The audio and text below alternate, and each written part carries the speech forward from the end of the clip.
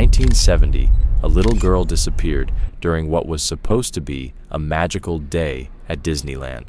One moment, she was smiling next to a costume character, and in the blink of an eye, she was gone. Despite countless searches and endless questions, she was never found. Over time, the trail went cold, and her story faded into another unsolved case until 2 decades later. After heavy flooding hit Southern California, a local farmer inspecting damage on his property near Disneyland stumbled upon something buried in a dried-up sewer channel, something that would finally expose the chilling truth.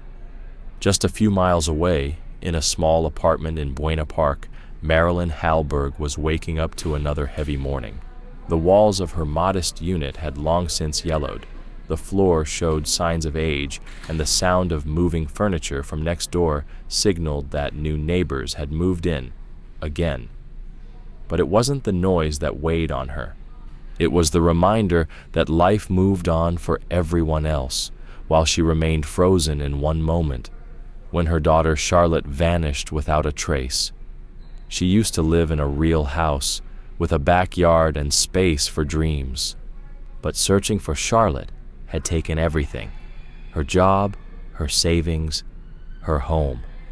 Moving to this apartment was meant to be a fresh start. It never was. Charlotte's face still visited her every night, and in the daylight, every blonde girl walking past felt like a shadow of what she'd lost. Just as she was about to start her day, the phone rang. The name on the caller ID stopped her breath: Detective Nolan Berea. She hadn't heard from him in months. "Marilyn, it's Nolan. I need you to sit down." Her heart pounded. "We found something connected to Charlotte's case." Her instinct was to pull away. Over the years, too many leads had ended in nothing. Hope had become a painful thing to hold. "I can't do this again, Nolan." "This time is different," he said gently. A farmer found an old suitcase near the park's edge. Inside was a character costume and a little girl's dress. It matches what Charlotte was wearing that day. Everything around her tilted. She gripped the phone tightly. "You're sure?"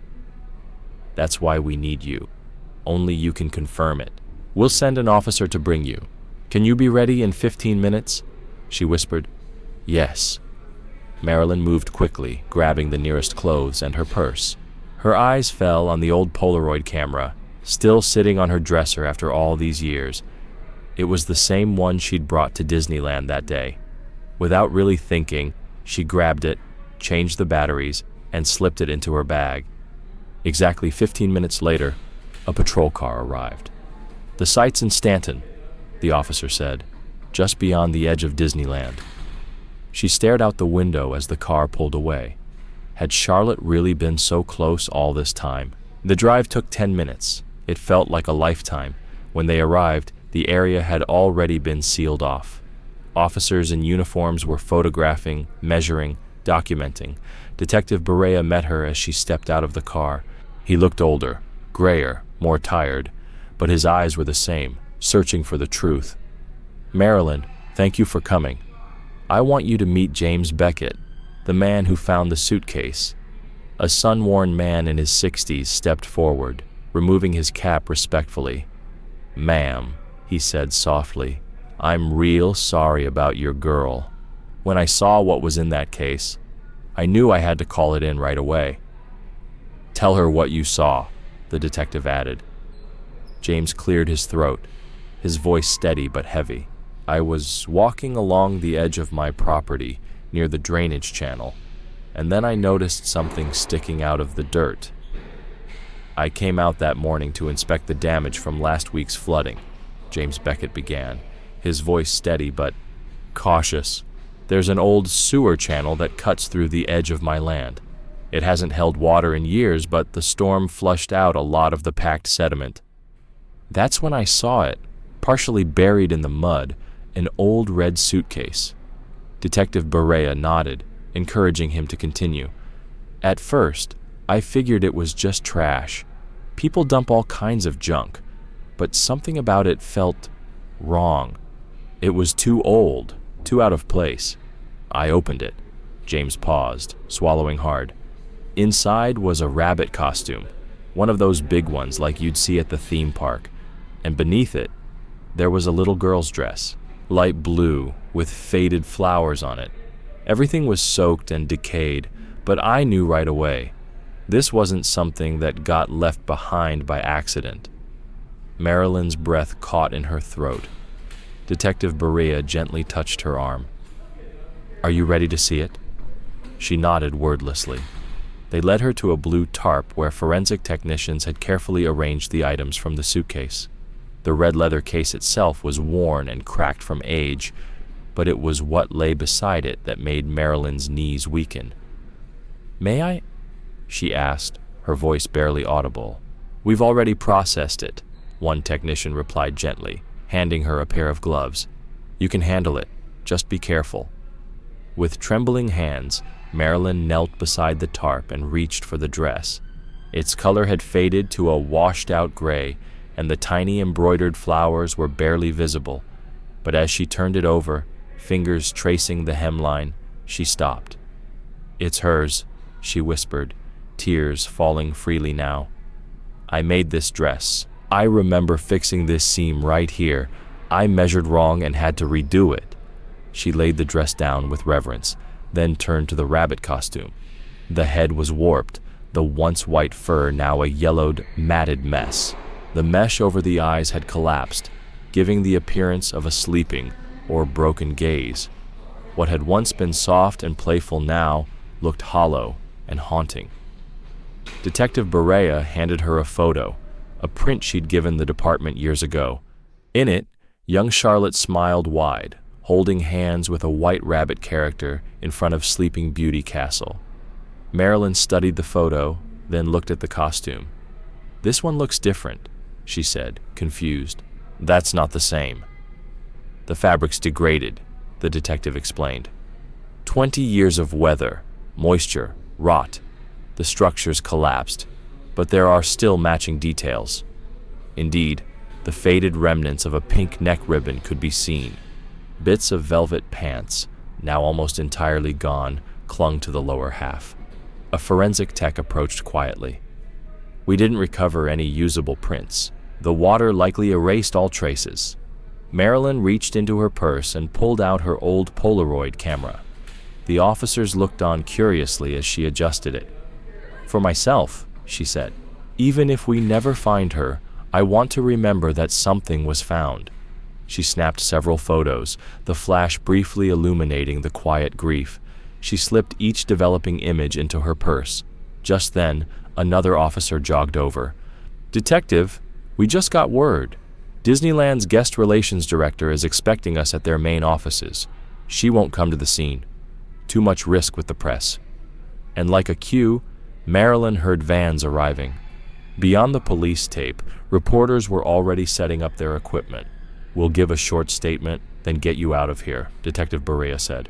He stepped in front of the cameras and announced that the long-dormant case of Charlotte Hallberg had been reclassified. No longer simply a missing persons file, it was now an open investigation of potential child abduction. When the reporters turned to Marilyn, she managed only a few quiet words. "I thought I had no hope left," she said. "But today, there's a spark again. I just want to know what happened to my little girl." They ushered her into the patrol car before the questions could become too much. Detectives Berea and Mills accompanied her to Disneyland's corporate headquarters, a sleek, modern building far removed from the joy and fantasy of the park itself. There, in the glass lobby, they were greeted by Helen Ang, a poised woman in her 40s who extended her hand gently. "Mrs. Hallberg," she said with genuine sympathy, "I can't imagine your pain. We'll do everything we can to support the investigation." She led them to a private conference room, where several staff members were already seated. Among them was Gerald, the costume department supervisor. "We've reviewed our archived documentation from the original case," Berea explained. "But we'd like your team to take a closer look at what we recovered." The forensic team carefully placed a sealed evidence box on the conference table. The surface had been prepped with protective coverings. Everyone present wore gloves. Gerald leaned in first, his expression thoughtful. He ran his gloved fingers along the stitching. "This wasn't made in-house," he said after a moment. "All our costumes use machine stitching. This one's hand-sewn." Someone brought out comparison samples of official park costumes. Even to Marilyn's eyes, the differences were obvious. Different fabric, different cut, different care. Whoever made this made it for a reason. Gerald leaned closer, eyes narrowing behind his glasses. "This wasn't designed to be the White Rabbit," he said. "Look at the shape of the ears, the facial proportions. This looks more like a knockoff version of the March Hare." He gently pointed to a faded brown tag sewn into the inner lining of the costume head. "And this confirms it. It's not official park gear. Whoever wore this wasn't one of our people." Detective Mills nodded grimly. As Disneyland confirmed back in 1970, no entertainment staff disappeared or resigned around the time Charlotte vanished. Everyone was accounted for, which means someone brought this costume in deliberately to blend in. "To get close to children," Detective Berea added quietly. "This was planned, thought out. Someone may have been watching you and Charlotte before that day." The idea made Marilyn feel physically ill, that someone had followed them, studied them, waited for the right moment. It wasn't random. Berea bent to inspect the tag more closely. "It's too worn to make out a brand, but we'll dig into costume manufacturers from that era. There might be records." After the evidence was fully documented, it was time to leave. Detective Berea turned to Marilyn. "Let us drive you home. You've been through enough today. We'll call you the moment we learn more." She nodded, exhausted. The team thanked Helen and the Disneyland staff before heading out, evidence boxes in tow. As Marilyn walked back to the car, she felt the weight of 2 decades pressing on her like never before. Yes, they had proof now, real proof. But was it enough to bring answers or closure? Back at her apartment just after noon, the officer walked her to her door to make sure she got in safely. But once inside, Marilyn couldn't sit still. Her mind was racing, the Polaroid photos spread out across her coffee table like puzzle pieces. How had that suitcase remained hidden for 20 years? She stared at the images, thinking. The canal had long been dried out, but someone must have discarded the suitcase there, assuming it would sink deep and never be disturbed. And it had, until now. She remembered a news segment from last year about the county upgrading its aging sewer system, and then just a week ago, the worst flooding in decades. That must have been what finally unearthed the truth someone tried to bury. But Marilyn wasn't about to wait for another call. Not after 20 years of waiting. She reached under the coffee table and pulled out an old, worn copy of the Yellow Pages. The spine was cracked, pages dog-eared from years of use. She flipped to the section for costume shops and theatrical suppliers. Her finger traced down the list. One name jumped out. Crarier's Costume Creations, Santa Ana. That address. She knew it. It was nearby, 15 minutes away. Without hesitation, she grabbed her keys and headed out. Her old Honda Civic coughed to life on the second try. She drove through the familiar streets, hands clenched tightly on the wheel. The shop was located in a weathered strip mall wedged between a shuttered video store and a payday loan outlet. The closed sign on the door was barely visible behind a layer of dust, but the faint flicker of a TV inside caught her eye. She rang the bell. The sound echoed inside. After a few seconds, she heard someone moving toward the door. A thin crack opened. "We're closed," a man said curtly. "Been that way for years." But then he paused, blinking at her. Recognition swept across his face. "Wait, aren't you the mother? From the news?" His tone softened. "What brings you here? How can I help?" "I'm Marilyn Halberg," she said gently. "Sorry to bother you. I saw your shop listed in the directory. I'm looking for answers. I thought maybe... Come in, the man said quickly, opening the door wider. I'm Elias Crarier. Please. He locked the door behind her and led her into the dim shop. Dust hung in the air like mist, lit by thin beams of sunlight streaming through dirty windows. Mannequins stood in scattered positions, dressed in costumes from past decades. Sit down, please, Elias offered, motioning to an old leather sofa. We've been closed for 5 years now. My son wasn't interested in the business, and I just couldn't let it go. I still live here, surrounded by memories. Marilyn looked around, bolts of fabric wrapped in plastic, racks of vintage clothing, old sewing machines that looked like they hadn't moved in ages. I saw the report this morning, Elias continued. What they found in that suitcase? My heart broke for you. Marilyn pulled out the Polaroids. That's why I'm here. I thought someone with your experience might recognize this costume, or the tag. She laid out the photos, including a close-up of the interior label. Elias studied them carefully, adjusting his glasses. This tag isn't one of mine, he said. I always used white labels with red text, and the design, definitely not one of our pieces. He leaned in closer, pointing to the photograph. But look here, these seams, the ones between the ears and the head, that stitching, I know that work. The way the mouth has been sewn shut, and that nose button, it's not even the same as in your photo, Elias said, peering at the image again. Someone replaced it. Do you think they were trying to disguise the original costume? Marilyn asked, leaning forward. Elias hesitated, then shook his head slowly. Maybe, but to me, it looks like they were trying to change the expression. Look here, these folds above the brow, the stitching at the cheeks and chin. In your original photo, the rabbit looked cheerful, friendly, but now it's different. Different how? He paused, his voice quiet. Sad, or maybe even unsettling. It's just a guess, but whoever altered this costume, maybe they wanted it to scare someone.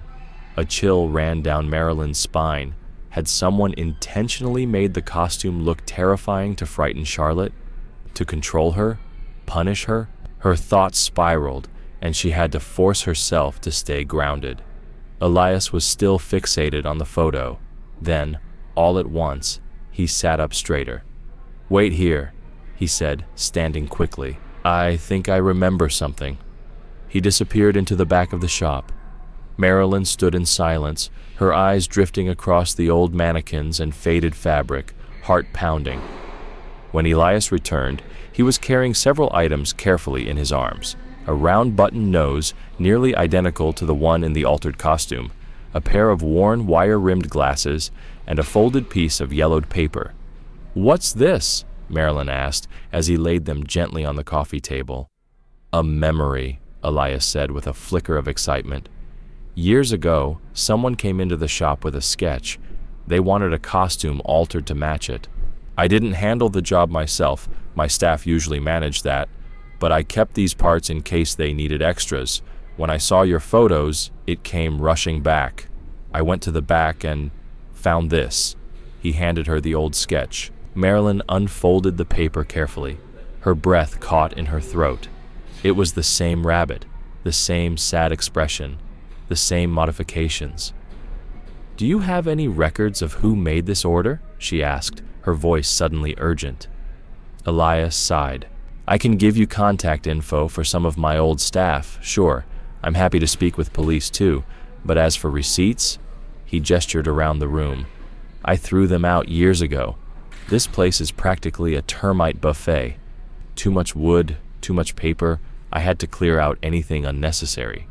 Her hope started to falter until Elias raised a finger. Wait, there might still be a chance. My son Benjamin, he was diagnosed with OCD when he was younger. Brilliant kid. Before I closed the store, he took it upon himself to digitize all the receipts. He used an old Lotus 123 system and entered everything by hand. I bought him a high-end computer back then, hoping it might lead to something for his future. "Do you know if he finished it?" Marilyn asked quickly. "I honestly don't," Elias said. "But if anyone can find that record, it's him." "Where can I find him?" "He works mornings over at Freshfields Grocery here in Santa Ana." Elias scribbled the address onto a scrap of paper. "Take the sketch with you. It might help him locate the entry faster." Marilyn clutched the paper. "Thank you. Truly. I'll pass all this to the detectives. And the staff contacts?" "Of course," Elias nodded. "Anything I can do to help find your daughter." Back in her car, Marilyn placed the sketch carefully on the passenger seat and started the engine, her fingers still trembling. Freshfields was a modest neighborhood market, busier than a corner store, quieter than a chain grocery. She found a parking spot and stepped through the automatic doors, the smell of bread and citrus greeting her. At an empty register, a friendly cashier looked up. "Excuse me," Marilyn said. "I'm looking for Benjamin Crara. Does he work here?" "Oh, Ben. Sure, he's on stock duty today. Should be in one of the aisles or maybe the back room."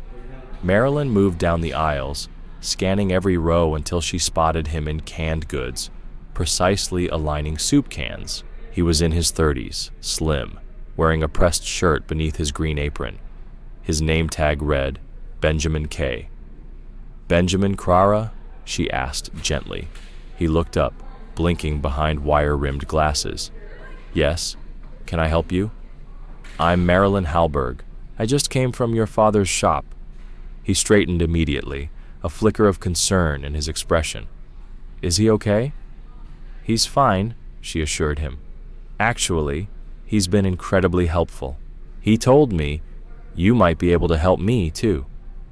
Benjamin carefully adjusted a can that was slightly out of place before giving her his full attention. Marilyn noted he didn't seem to recognize her, which meant he hadn't seen the news. "I'm trying to find out more about a custom costume alteration. It may have been done through your father's shop years ago. He said you digitized the records?" A spark of pride lit Benjamin's face. "Yes, I did. Every receipt. Took me 2 years, but I entered them all into Lotus 123. Actually," he added with a smile, "I've been meaning to convert the database to Excel. It's more powerful, but I haven't had time. Would you be willing to check your records for a specific order?" Benjamin glanced down at his watch, a neat digital Casio, and nodded. "I'd be happy to help," Benjamin said, checking his watch. "But I'm still on the clock. I finish at 2 p.m., which is in exactly 28 minutes and 43 seconds. My laptop's in my locker. We can look as soon as I'm off if that works for you." "That would be wonderful," Marilyn said, grateful. "Thank you." Benjamin gave a precise nod and returned to aligning soup cans. "I'll meet you at the front of the store at exactly 2 p.m. With just under 30 minutes to wait, Marilyn decided to use the time. She grabbed a cart and began picking up a few essentials she'd been putting off for weeks: bread, milk, eggs, a few canned goods. But her mind wasn't on groceries. She kept checking her watch, unable to stop wondering what Benjamin might uncover in his old digital archive. After checking out, she loaded the bags into her car and slid into the driver's seat, cracking the window for air. The sketch Elias had given her lay on the dashboard, the altered rabbit face staring back at her. The longer she looked at it, the more disturbing it felt. Someone had requested that face. Someone had used it for a purpose: to frighten, to manipulate, to deceive. She set the sketch aside and closed her eyes, taking a deep breath. Charlotte would be 28 now, if she was still alive. All Marilyn could do was hope. At exactly 2 p.m., she saw Benjamin exit the store, now out of uniform, and carrying a black laptop bag. He stood near the entrance, scanning the lot with quiet precision until he spotted her. Marilyn opened her car door to meet him, but in her haste, she swung it wide without checking. It nearly hit the door of the car beside hers, just as an elderly man with a tripod cane was trying to get out. "Oh!" Marilyn gasped. I'm so sorry." The man shot her a sharp glare, clearly rattled. A woman in her late 20s rushed around the vehicle. Her hair was pulled back into a ponytail, and her voice was full of concern. "Are you okay, Papa?" "I'm fine," the man growled, steadying himself with his walking stick. Then he glared at Marilyn. "You should pay more attention. Or are those eyes just for show?" "I really am sorry," Marilyn said again, stepping aside to give them space. "Please go ahead." She waited as the woman helped him navigate toward the store, then exhaled and walked over to Benjamin. "Apologies for the delay," he said, adjusting the weight of his bulky laptop bag. It was one of those older models, barely portable by today's standards. "Not at all," she replied. "Where should we go?" Benjamin led her to a shaded area beside the store where a long wooden picnic table sat beneath a canopy. It was a small resting spot for customers, tucked behind the flower display and out of the way. They sat across from each other, and Benjamin carefully unzipped his laptop case. "This might take a while," he warned, as the device powered on with a soft whir. The archive spans from 1965 to 1985. That's 20 years of transaction records. The black and white Lotus 123 interface flickered onto the screen, its retro typeface a stark contrast to the moment's urgency. His fingers moved swiftly, inputting commands with the ease of someone who knew every function by heart. "We'll start with 1970 and search the notes fields for keywords. Alteration, rabbit, costume, head," he said, studying the sketch she handed him. Marilyn watched as lines of data filled the screen. They leaned in together, scanning entry after entry. Benjamin opened each possible match, checked the details, and moved on. Minutes stretched into nearly an hour. Then, suddenly, he paused. "Here," he said, his voice tight. "Look." The entry was dated May 15th, 1970. The description read, "Costume alteration, nose button replacement, spectacles addition, facial seam work, rabbit head, measurements, 24-inch circumference, 18-inch height." "That's it," Marilyn whispered. "That's the costume." Benjamin scrolled to the customer field. In white text against the black screen, the name appeared, Raul Dreyfus. Payment, cash. "Raul Dreyfus," Marilyn repeated. The name carved itself into her memory. "This is exactly what the police need. You've done something incredible, Benjamin." Benjamin smiled with quiet pride. "I'm glad. Most people just get annoyed by how much I document things. It's nice to know it mattered." Marilyn reached for her phone to call Detective Berea when a sudden thud echoed from the parking lot. Then another, the sound of metal hitting metal. "What's that?" Benjamin asked, looking up sharply. "I don't like that sound." Marilyn stood and quickly moved toward the front of the store. As she rounded the corner, her heart sank. The elderly man from earlier was slamming his car door into hers, again and again. In between strikes, he jabbed her front tire with the base of his tripod cane. "Papa, please stop," the young woman was begging, trying to hold him back. "Just get in the car." "Hey!" Marilyn shouted, rushing forward. Marilyn ran toward them. "Stop! What are you doing?" The woman managed to wrestle her father into the passenger seat and slammed the door shut. She turned to Marilyn, her face flushed with a mix of shame and something else. Fear. "I am so sorry," she said, voice trembling. Her hands shook as she opened her wallet. "He's not well. Please, let me pay for the damage." She fumbled through a stack of bills, taking longer than seemed normal to pick one. Finally, she pulled out a single $20 note and offered it to Marilyn. "That's not necessary," Marilyn replied, gently pushing it back. She had noticed the hesitation. That bill looked like it cost her more than just money, but the woman insisted. She pressed the bill into Marilyn's hand. "Please," she whispered, and there were tears in her eyes. Without another word, she hurried into the driver's seat, pulled out of the parking spot, and vanished into traffic. As the car turned the corner, Marilyn caught a glimpse of the woman wiping her eyes with the back of her hand. The motion, so familiar, so instinctive, it shook her. The cashier from earlier had stepped outside. "Are you all right, ma'am?" she asked, clearly shaken.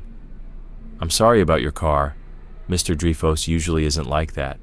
He's quiet, keeps to himself, comes in once a month." Marilyn froze. "What did you just say?" "Mr. Dreyfus," the cashier repeated.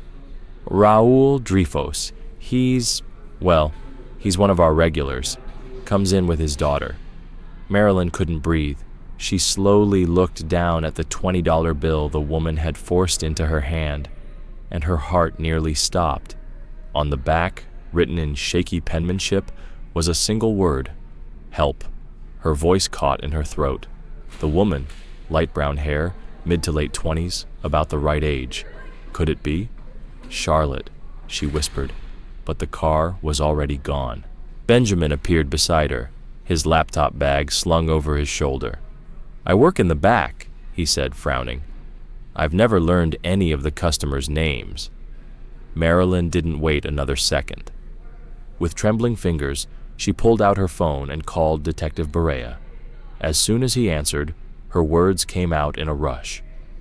"Nolan, it's me. I found him. Raoul Dreyfus.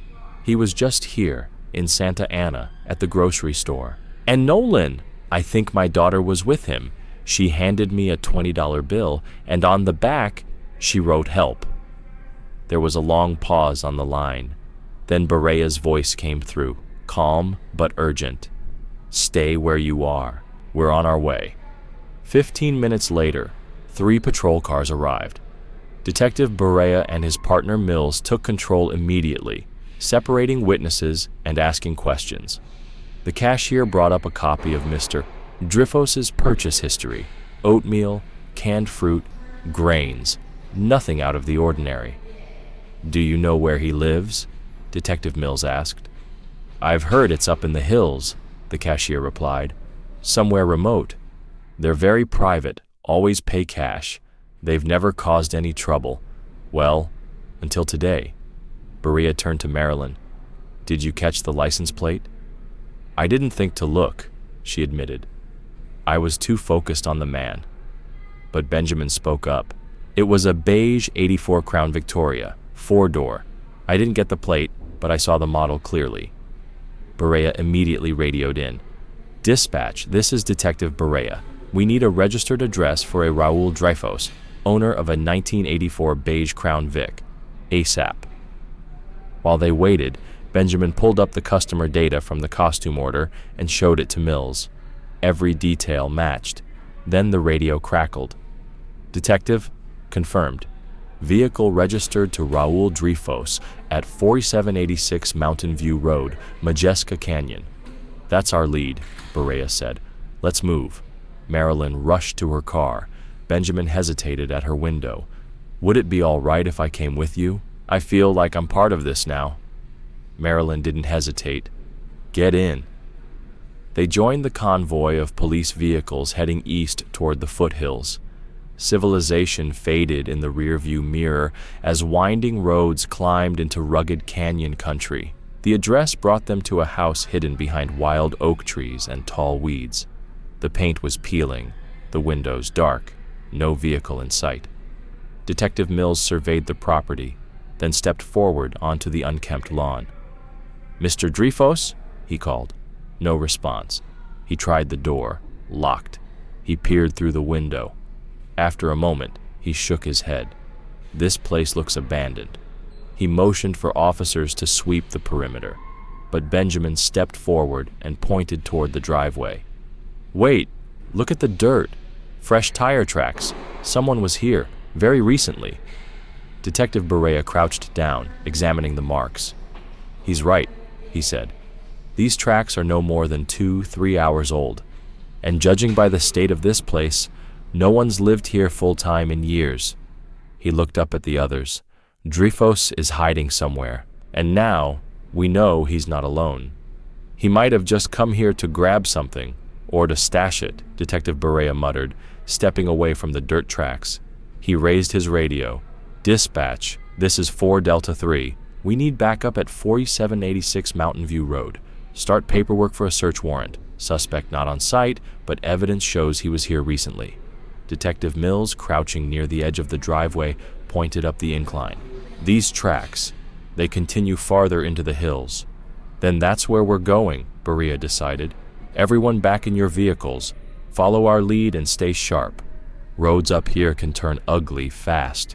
They began their ascent, tailing the fresh tire marks that twisted higher into the Santa Ana Mountains.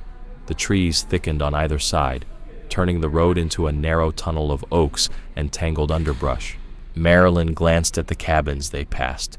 Weathered wood, slanted roofs, windows shuttered long ago. "These places must date back to the 30s or 40s, she murmured to Benjamin. "They look forgotten." He nodded, gripping the door frame as they rounded another sharp curve. "Perfect place to vanish," he said. "If someone wanted to stay hidden, this canyon would make it easy." Eventually, the road turned to gravel. The tire marks mixed with older tracks, growing harder to trace. Over the radio, Detective Berea gave an update. "We're stopping here to search the area. Vehicle can't have gone far. Stay close. No one separates." As more units arrived, officers fanned out, checking old driveways and hidden trails. The sun dipped lower. Long shadows crawled across the road as they knocked on cabin doors, but no one recognized the name Raul Dreyfus. In a place this remote, where every neighbor usually knows the next, the silence was unsettling. Then they reached the end of the road. A steel gate blocked further passage, bolted with a heavy padlock. A faded sign read, "Cleveland National Forest. Authorized personnel only." Detective Berea tried the gate. Locked. "This is federal land. We can't go any farther without permission." One officer suggested returning in the morning with warrants and Forest Service support. Berea agreed. "We've got enough. I'm issuing a statewide alert. He's not slipping past us. Every road out of here will be watched overnight." One by one, the officers climbed back into their cars. Red taillights glowed in the growing dusk as they began descending the mountain. Marilyn followed slowly behind, each turn heavier than the last. They'd been so close. She had touched the woman's hand, held the bill she passed her, and she was almost certain now. That woman was Charlotte. Sitting beside her, Benjamin noticed the silence. "You know," he said softly, "we've learned a lot today. A name, a location, proof. The police are acting. They'll find her." "But what if they don't?" Marilyn replied, her voice tight. "What if he takes her again? What if I lose her, again? He won't get far. The exits are covered." But the reassurance didn't settle her nerves. The patrol cars ahead were disappearing into the forest's curves, their flashing lights now barely visible in the rearview mirror. Marilyn's hands trembled on the wheel. She slowed, then slowed more, until they were far behind the rest of the group. "Are you okay?" Benjamin asked. "Do you want me to drive?" She nodded wordlessly and pulled over at a wide shoulder. They stepped out to switch places, mountain air cool and still. The scent of oak and dust lingered in the silence. Then, a faint sound, a voice, shouting, distant but real. Marilyn froze. "Did you hear that?" she asked sharply. Benjamin paused. "No, I didn't." They stood perfectly still. Another cry, this time clearer. A voice, maybe two, coming from the trees beyond the gate. Marilyn's eyes landed on a narrow dirt trail veering off from the road, half hidden by weeds and branches. "I think it's coming from there." She stepped forward. "Marilyn, wait," Benjamin warned. "It's too risky. We should go back, call for backup, use someone's landline if we have to." "But what if it's them?" she asked. Her voice was low but urgent. "What if someone's hurt or trapped? I have to check." Without waiting, she moved down the path. Leaves and gravel crunched beneath her shoes. The sound was impossibly loud in the quiet woods. Benjamin hesitated, then followed. The trail was narrow and rough, winding deeper into the trees as the light faded. Dry branches caught at their clothes. The deeper they went, the quieter the world became, until they rounded a bend and saw it. A beige Crown Victoria, same model as before, half hidden behind trees, and next to it, a small wooden cabin, nearly lost in the overgrowth. The porch was rotted, the windows boarded, no mailbox, no sign of power lines, a ghost of a house. "We should go back," Benjamin whispered, eyes wide. "Tell the police. Let them do this right. We need to tell them where this is." Benjamin started, but then they heard it. Footsteps, dry leaves crunching, a branch snapping sharp and close. Someone else was in the woods. Marilyn's heart pounded as instinct warred with fear. They had just started turning back when she froze. Through the thinning trees, a figure appeared. A woman, moving quickly, furtively, disappeared into the cabin. Marilyn's breath caught. Was it her? She took a step forward, eyes locked on the doorway. Then the smell hit her. Gasoline. Thick, chemical, unmistakable. Benjamin stepped up behind her, voice tense. "That's coming from the house. Marilyn, this isn't right. This is really bad. We need to leave, now." But she didn't move. "My daughter could be in there," she whispered, her voice cracking. "I have to know." Before he could stop her, Marilyn bolted toward the cabin. Fear drowned under adrenaline. She had to see.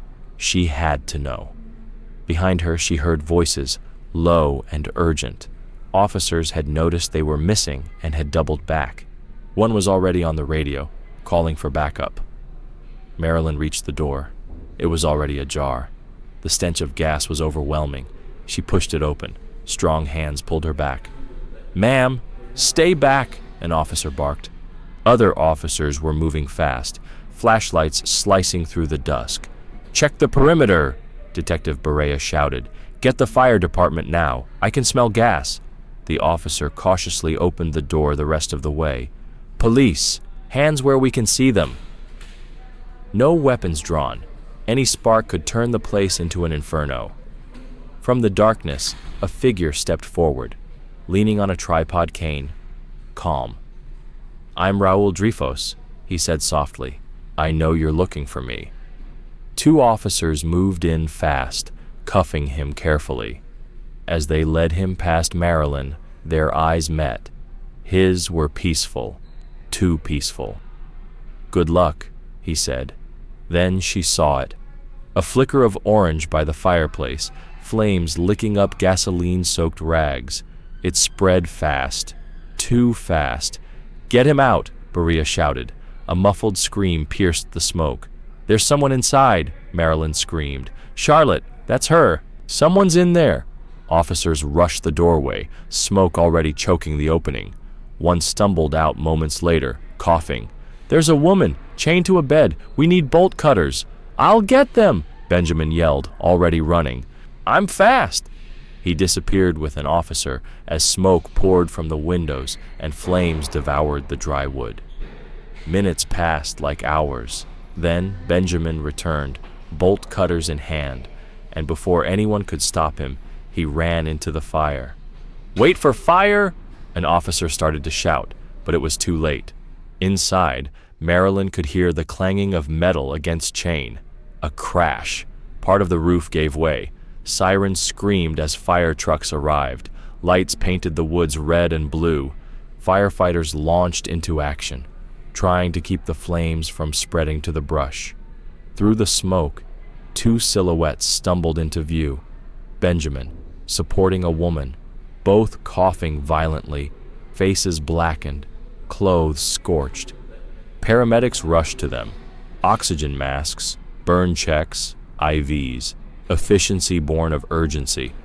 The woman, Charlotte, was in shock, her hair scorched, tangled. She kept her head down until she heard Marilyn's voice. She looked up, and Marilyn knew. She wanted to rush to her, but the paramedics held her back.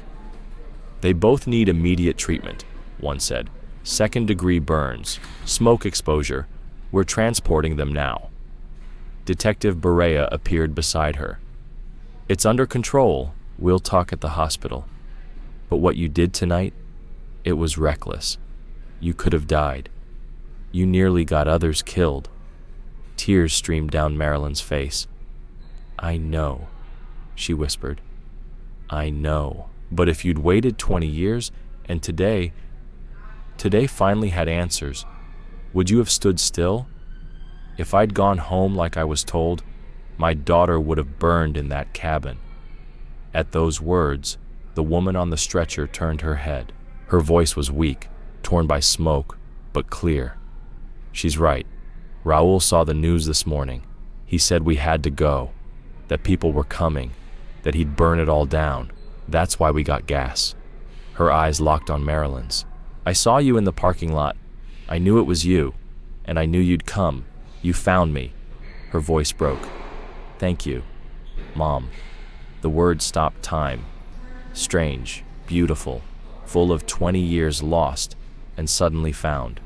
Marilyn's knees gave, and she reached out, but the paramedics stepped in again. No touching yet, one said gently. Let us treat them. We'll take good care of both. They loaded Charlotte and Benjamin into the ambulance. As the doors closed, Detective Berea turned to Marilyn. I'll meet you at the hospital. Marilyn ran to her car.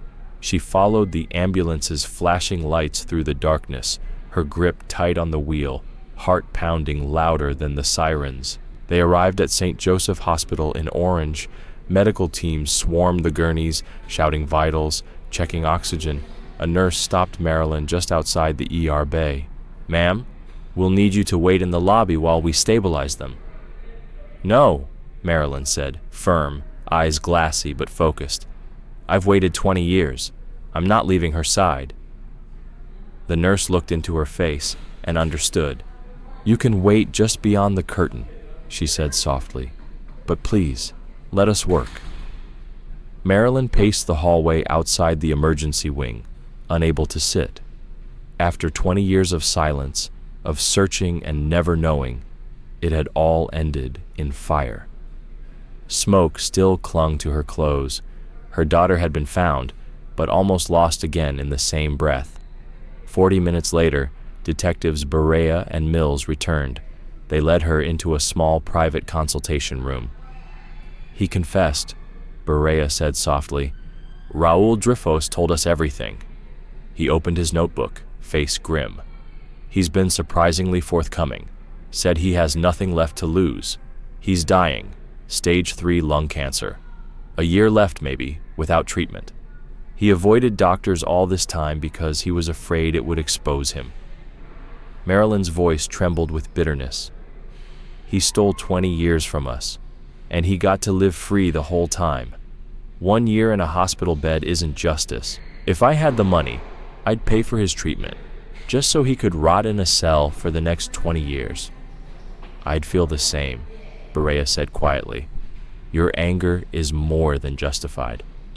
He flipped a page in his notes. He said he used to live in your building, same unit before you moved in. Became obsessed watching the tenants who came after him. Then he saw you, saw Charlotte. Said she was sweet, perfect, and he couldn't stop thinking about her. Marilyn closed her eyes. He stalked us.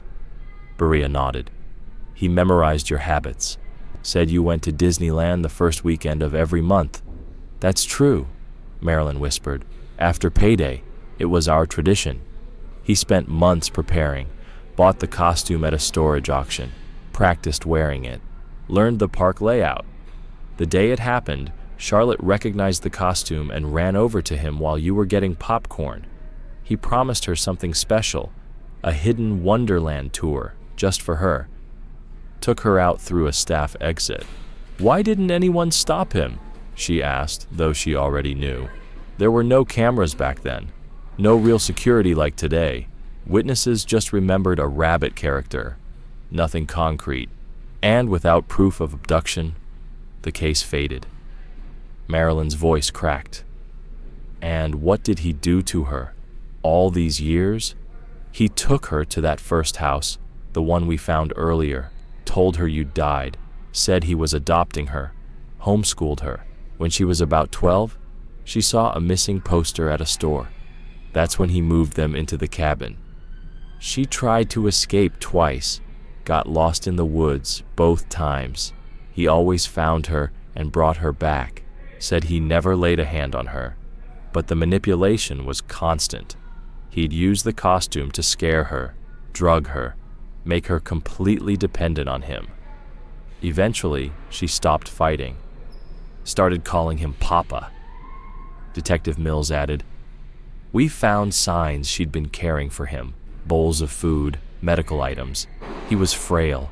She kept him alive. When he saw the news this morning, he panicked, decided he wasn't going to be caught. His plan was to burn everything, including her." Marilyn swallowed hard. "Did he—" She couldn't finish. "He denies any sexual abuse," Berea said gently. "We'll confirm everything with Charlotte and the doctors, but it looks like his obsession was about control, not that." A wave of sick relief passed through her. Not comfort, but something slightly less unbearable. Outside, they found Elias Crera sitting outside Benjamin's room, wringing his hands. "How is he?" Marilyn asked. "He's going to be okay," Elias said, tears in his eyes. "Some burns, smoke, but nothing too serious. That boy, he saved a life today." "He saved my daughter," Marilyn said, taking his hand. "None of this would have happened without the two of you." A doctor in scrubs stepped forward. "You're Charlotte's mother?" "Yes." "Both patients are stable. Benjamin has second-degree burns on his arms, minor smoke inhalation. Charlotte's burns are more extensive, especially around her ankles, and she has throat damage from smoke. They'll both need time, but they're strong." "Was there any sign of abuse?" "No physical evidence," the doctor said carefully. "You can see them now, but briefly. They need rest." They entered Charlotte's room first. She was propped up in bed, oxygen tubes in her nose, bandages along her arms. Her face lit up through tears as she saw her mother. "Mom," she rasped, voice broken by smoke. "I missed you so much." Marilyn took her unbandaged hand. "I never stopped looking, baby. Never." Charlotte's lip trembled. "I wanted to come home, but I couldn't. I convinced myself you were dead. It was easier than hoping, until I saw you on the news. I knew it was you." Detective Berea stepped forward. "How did you even see the news? You were in that cabin." "We'd gone back to the old house," Charlotte said. "He insisted we do it once a year to clean, check the water, turn on the TV for a few minutes. That's when he saw the report about the costume. He panicked. We went to get gas. Then everything spiraled." "Why didn't you escape at the store?" Charlotte looked down. "After all those years, I'd stopped trying. I pitied him. He was sick. I thought maybe when he died I'd be free, but I never expected." Marilyn gently interrupted. "You don't need to apologize. Not for anything. What you experienced, it has a name. Stockholm Syndrome. It changes the way you think. I went through something similar with your father." They moved next to Benjamin's room. He sat in a wheelchair, bandages on his arms, Elias at his side. "Charlotte," Marilyn said, smiling through tears. "This is Benjamin and Elias. Without them, we wouldn't have found you." Charlotte turned to Benjamin, eyes wide with gratitude. "Thank you," she whispered. Benjamin looked down, adjusting his glasses. "I'm just glad you're safe." A nurse stepped in, spotting Marilyn's old Polaroid. "Let me take one photo, then everyone needs rest." They gathered together, Charlotte in bed, Marilyn at her side, Benjamin seated nearby with Elias behind him. The nurse lifted the camera, pressed the button, and the photo slid out. As it developed, Marilyn stared at the image, stunned by what fate had woven. A flood, a buried suitcase, a forgotten sketch, a young man's careful records, an old man who never threw anything away. Each thread had led here, to this room. "Sometimes," she said quietly, We have no idea how much the smallest actions can mean. Elias, you kept that sketch. Benjamin, you preserved every name. You both saved my daughter. She looked at the photograph as it cleared. 4 faces, marked by pain, tired, bandaged, but together. After 20 years, the picture wasn't perfect, but to Marilyn, it was the most beautiful she'd ever taken.